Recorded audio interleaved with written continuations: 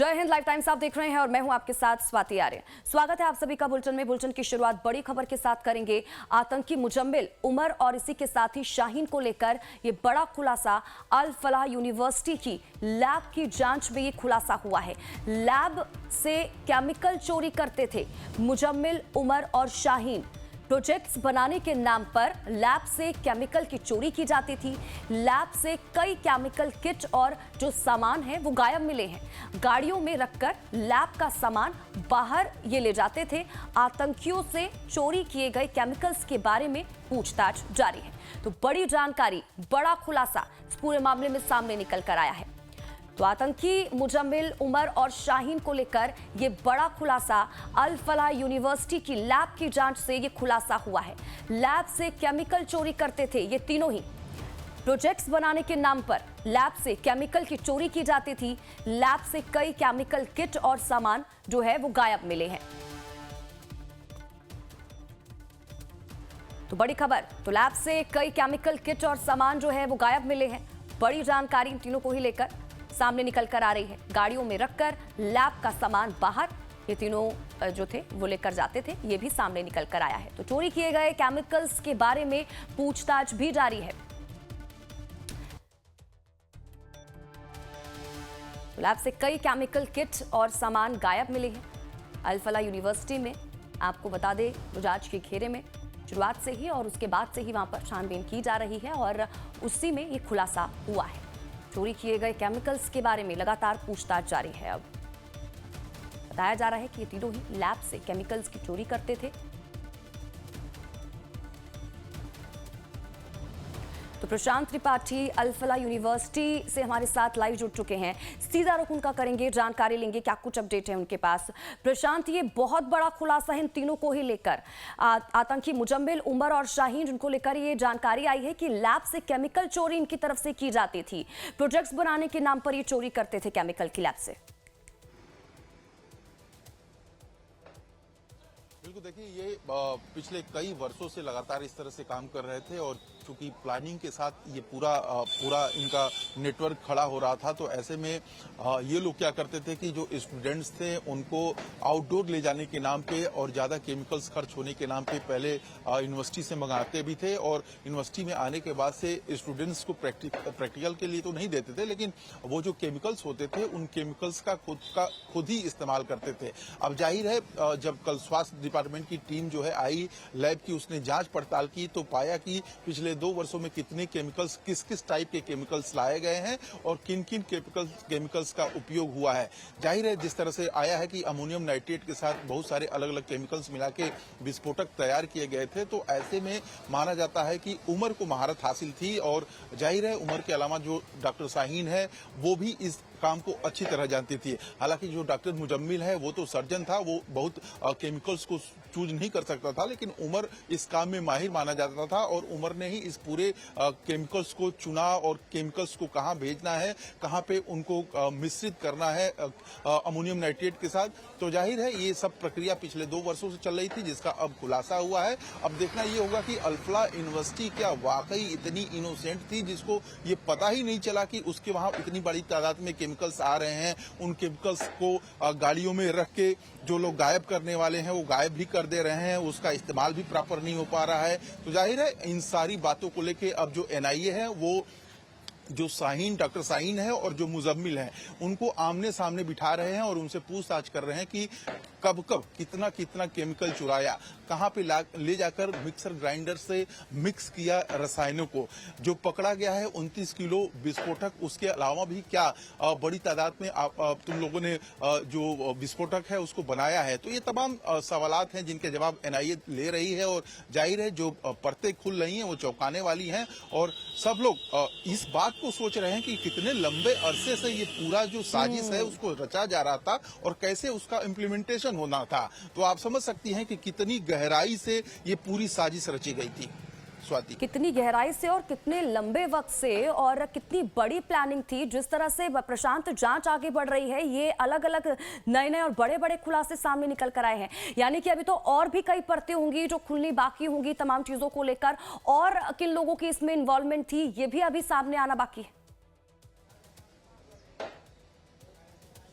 बिल्कुल, और कुछ लोगों की इन्वॉल्वमेंट है, इसमें कोई दो राय नहीं है। और शायद यही वजह है कि जो 6 लोगों को एनआईए ने अपनी हिरासत में लिया है, उनसे लगातार पूछताछ कर रही है।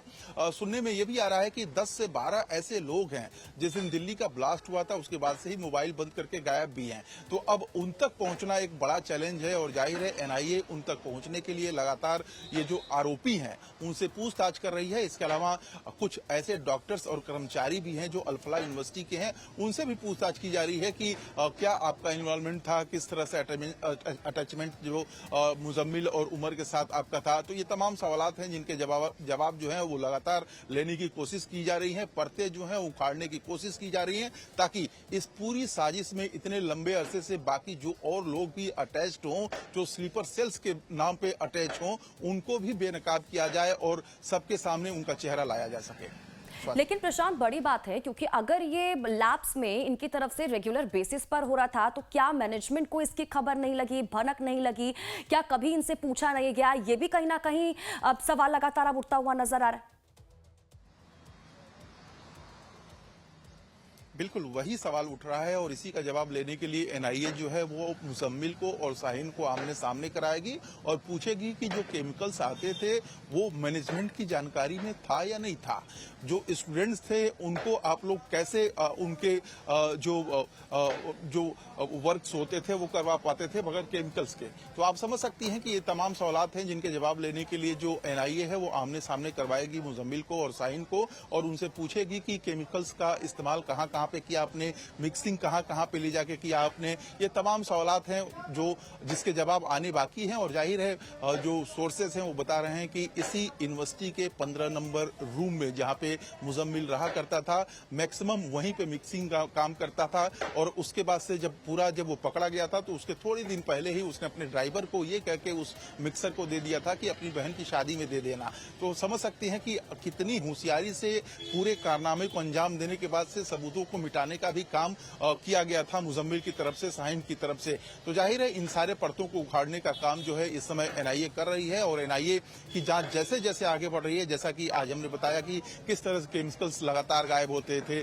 हमने ये भी बताया कि किस तरह की केमिकल होंगे, कितने घातक होंगे, किस तरह से और किन चीजों में इनका इस्तेमाल किया जाना होगा, ये अब बहुत बड़ा अभी सवाल खड़ा किया जा रहा है। क्योंकि देखिए हम भी जब स्कूल में पढ़ते थे तो इस तरह के जो प्रैक्टिकल्स होते थे उसमें केमिकल्स का इस्तेमाल करते थे और कुछ चीजें गलत हो जाती थी तो किस तरह से वो रिएक्ट करते थे हम सबने देखा है। और ये तो कितने बड़े पैमाने पर इस तरह के अलग अलग केमिकल्स की चोरी कर रहे थे, किस तरह से उनका इस्तेमाल होना था, ये अब कहीं ना कहीं चर्चा का विषय भी है और इसको लेकर भी तमाम चीजों को लेकर जांच पड़ताल की जाएगी। बिल्कुल, देखिए जांच पड़ताल की जा रही है और एनआईए ऑलरेडी इसकी जांच पड़ताल की जा रही है। सबसे बड़ी बात यह है कि केमिकल्स कितने टाइप के थे, किन किन केमिकल्स का आना था, वो प्रॉपर केमिकल्स क्या लैब में स्टूडेंट्स को पढ़ाने के लिए मिल पाते थे। तो ये तमाम सवालात हैं जो एक्स्ट्रा इनको केमिकल्स दे देते थे, वो किस बेस पे देते थे, ये तमाम सवालात हैं जिनके जवाब आने बाकी हैं। और जाहिर है मुजम्मिल और जैसा डॉक्टर शाहीन को आमने सामने कराया जाएगा तो ये भी क्लियर होगा कि क्या किसी परिचित के वहां से ये केमिकल्स लेते थे या कितनी जो लैब के नाम पे देने की छूट होती है केमिकल्स। ये तमाम सवालात हैं जिनके जवाब आने बाकी हैं और जाहिर है चूंकि मामला सामने आया है, मामला उजागर हुआ है, तो अब जो परतें हैं वो भी खुलेंगी। जी स्वाति। अच्छा प्रशांत, जो स्टूडेंट्स हैं उनसे भी पूछताछ की जा रही है कि इसको लेकर क्या क्या उन्हें ये जो केमिकल्स थे अवेलेबल उनको कराए जाते थे या फिर नहीं कराए जाते थे, क्या उनसे भी पूछताछ की जा रही है? देखिए कुछ कश्मीरी छात्र हैं जिनसे पूछताछ की जा रही है और लगातार पूछताछ की जा रही है। आपको बता दें कि एक टीम क्राइम ब्रांच की जब से ये पूरा मामला हुआ है अल-फलाह यूनिवर्सिटी में ही है, वो बाहर कहीं जाती नहीं है।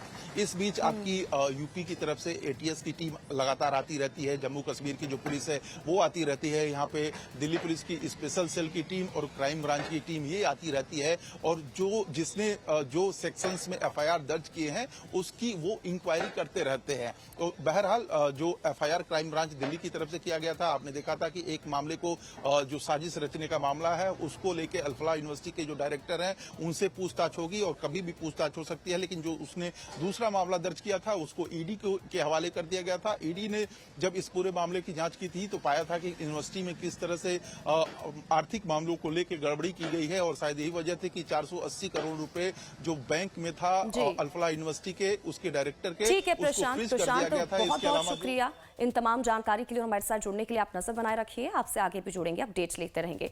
तो देखिए, आतंकी मुजम्मिल उमर और शाहीन को लेकर ये बड़ा खुलासा सामने निकल कर आया है। अल्फला यूनिवर्सिटी की लैब की जांच में ये बड़ा खुलासा हुआ है। इसी को लेकर हमारे संवाददाता की एक रिपोर्ट भी आपको दिखाते हैं। एनआईए जैसे जैसे जांच कर रही है वैसे वैसे नए नए मामले सामने आते जा रहे हैं।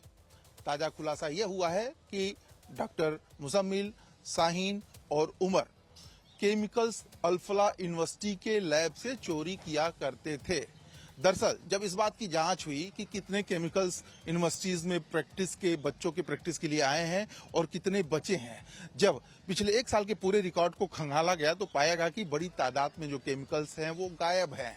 अब ऐसे में ये केमिकल्स कहाँ गए, इनका उपयोग किसने किया, और यही सब बातें जब मुजम्मिल से पूछी गई तो उसने बताया कि वो लोग लैब से केमिकल्स चोरी किया करते थे। जाहिर है विस्फोटक बनाने में इन्हीं केमिकल्स का उपयोग होता था और ऐसे में बड़ी तादाद में विस्फोटक पाया गया है जिसको एनआईए ने प्रूव भी किया है।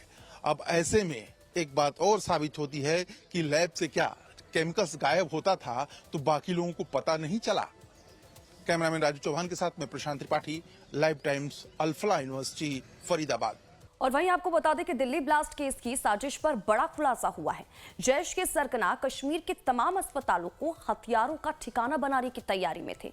गाजा पट्टी में हमास जैसी ही साजिश रचने की योजना बना रहा था जैश ए मोहम्मद। सुरक्षा एजेंसियों के हवाले से ये बड़ी जानकारी हाथ लगी है। तो एक एक करके बड़े खुलासे इस पूरे मामले में सामने निकल कर आ रहे हैं और एक और बड़ी जानकारी सामने निकल कर आई है।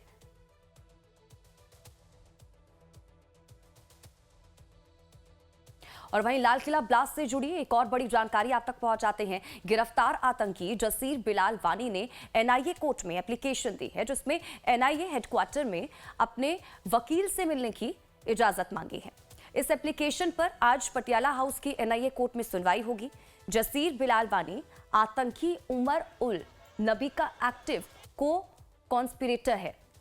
आपको बता दें कि वो काजीगुंड अनंतनाग का रहने वाला है। एनआईए ने उसे 17 नवंबर को श्रीनगर से गिरफ्तार किया था। वानी पर आरोप है कि वो ड्रोन को मॉडिफाई करके आतंकियों को टेक्निकल मदद दे रहा था।